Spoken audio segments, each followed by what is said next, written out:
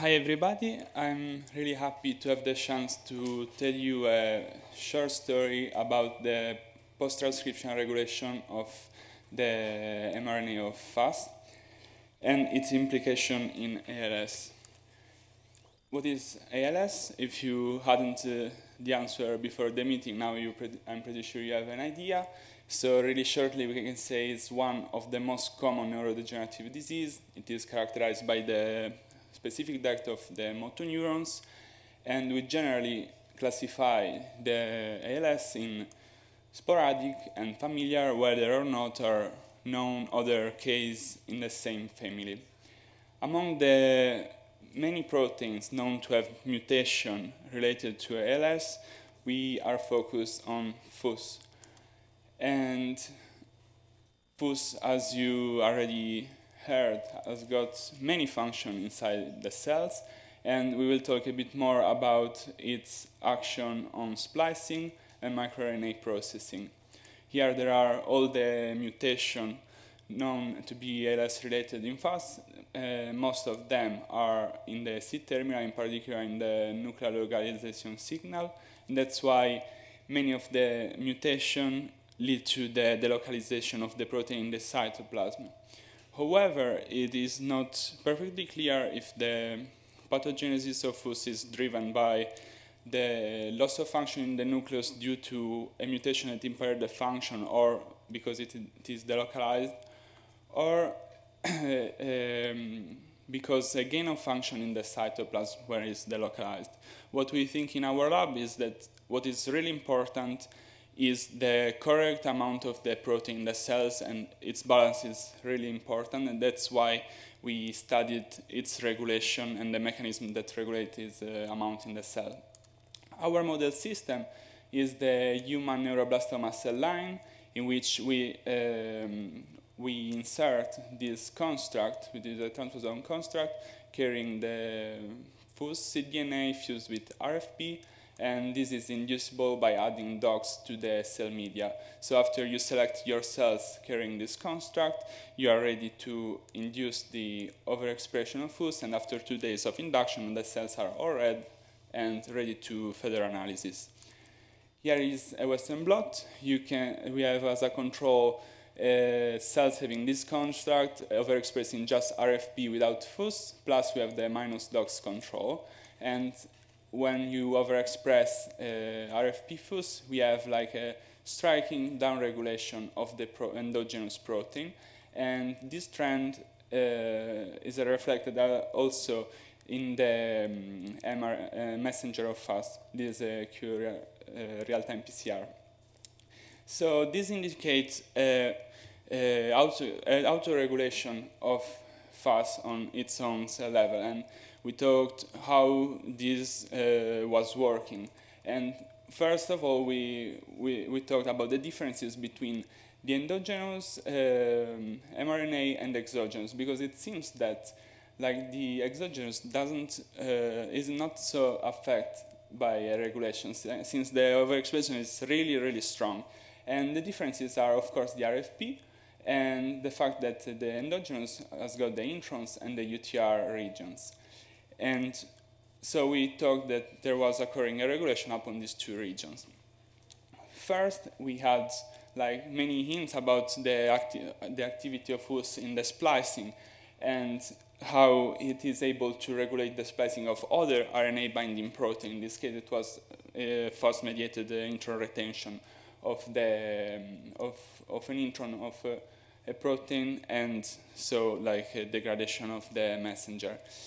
And then it came out another paper in which they show that FUS bind its own pre-mRNA. All the peak binding are in the region between the exon 6 and the exon 8, and this region is extremely conserved. Moreover, it is predicted that the isoform of the mRNA of FUS lacking the exon 7 is predicted to go to nonsense mediated decay, because when you fuse the exon 6 with exon 8, there is the stop codon in the exon 8, and it leads to nonsense mediated decay. So we designed primers to specifically amplify the isoform lacking the exon 7, And we saw by real-time PCR that this isoform was around 1% of the total amount of the mRNA. And when you overexpress the RFE FUS construct, it goes up to 12%. So it is producing more. In response to an overexpression, there is an increase of the isoform of the mRNA that leads to a non-protein coding mature mRNA, so trying to reestablish the correct amount in the cell. On the opposite, when you knock down, when you perform a knockdown of FUS, you have higher decrease of the isoform lacking the exon 7 compared to the total. But sadly for us, another group published this data before us, and all of this was confirmed by another group. So,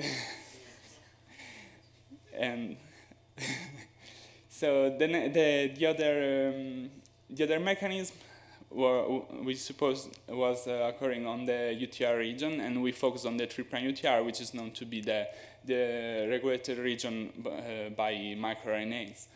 And so we performed a 3' race to be sure of the isoform of 3'UTR in our cell, and we get this 160 nucleotide 3'UTR. And by research in an online database, we saw that there was the seed, a really conserved seed for Mir208 and Mir141, which are of the same family, but transcribed from two different clusters. And in the meanwhile, while we were doing this research, it came out this paper, which was really, really interesting because it was a study on 420 patients of ALS that hadn't no mutation in already known genes. And they found this 4-point mutation in the 3'UTR of FUS. And one of these was in the seed region of the microRNAs that are predicted to target the 3'UTR of FUS in this G, it's GA. And interestingly, this 3 mutation lead to an increase of the protein in the patient. They saw that the FUS was upregulated in the patient carrying this 3 mutation, but sadly, the patient carrying this mutation was not anymore viable. So first, we validated by luciferase assay the seed region, and we transfected the luciferases fused with the wild-type construct, lacking of the seed region, and with the point mutation.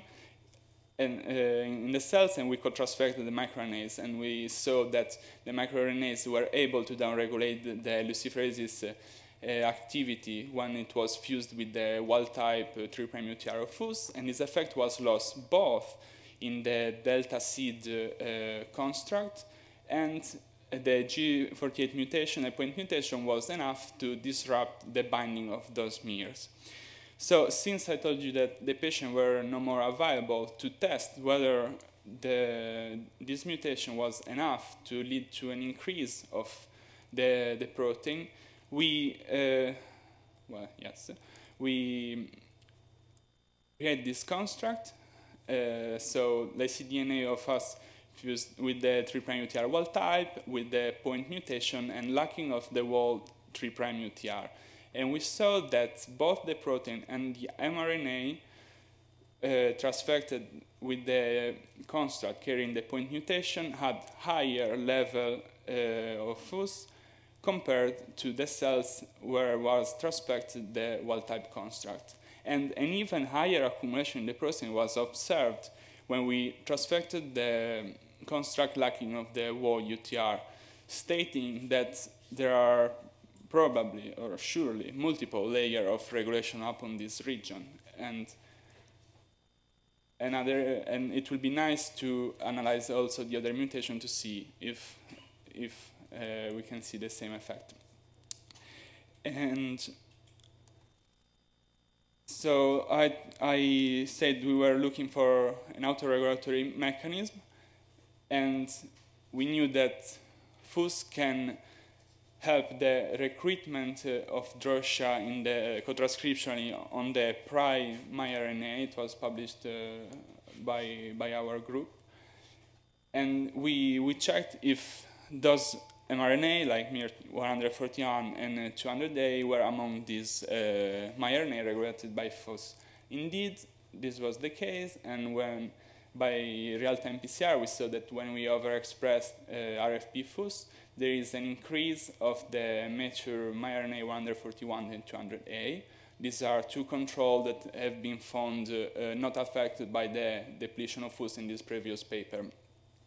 To test how this upregulation was regulated, we had the hint of the same paper. So we performed an in vitro processing in which we incubated the radio-labeled Mir141 with nuclear extract and the purified FUSs. And we obtained a mild but reproducible increase of the processing when we increased the concentration of FUS.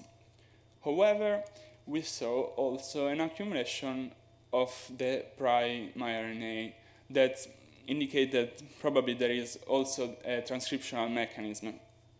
Also, we saw that FUS was binding the promoter region of these two microRNA by chip. And to give strength to our mechanism, we checked ZEB1, which is known to be both a transcriptional repressor and the target of the Mir200 family, and we saw that upon overexpression of FUS, ZEB1 goes down, meaning that our mechanism is effectively working. And this led to our final model, and we demonstrate basically the existence of a feed-forward regulative, too long, like a feedback in which FUS regulate the amount of Mir141 and 200A, which in turn regulate its level. And we extended our model, saying that ZEB1, a repressor of Mir141 and 200A, and the target of them, is downregulated when FUS is overexpressed. And interestingly, the mutation that disrupt these pathways have been found in ALS, meaning that, but it is still to be investigated whether the main point is the accumulation of the microRNAs or the accumulation of FUS. And also because these two microRNAs are really interesting since an upregulation has been found in Alzheimer's disease and Huntington disease. So what is downstream of those Mirs can be really, really interesting. And in conclusion, FUS protein regulates its own cell level, regulating the splicing of its pre-mRNA, and increase the amount of the Mir141-200A, which in turn target the FUS 3'UTR.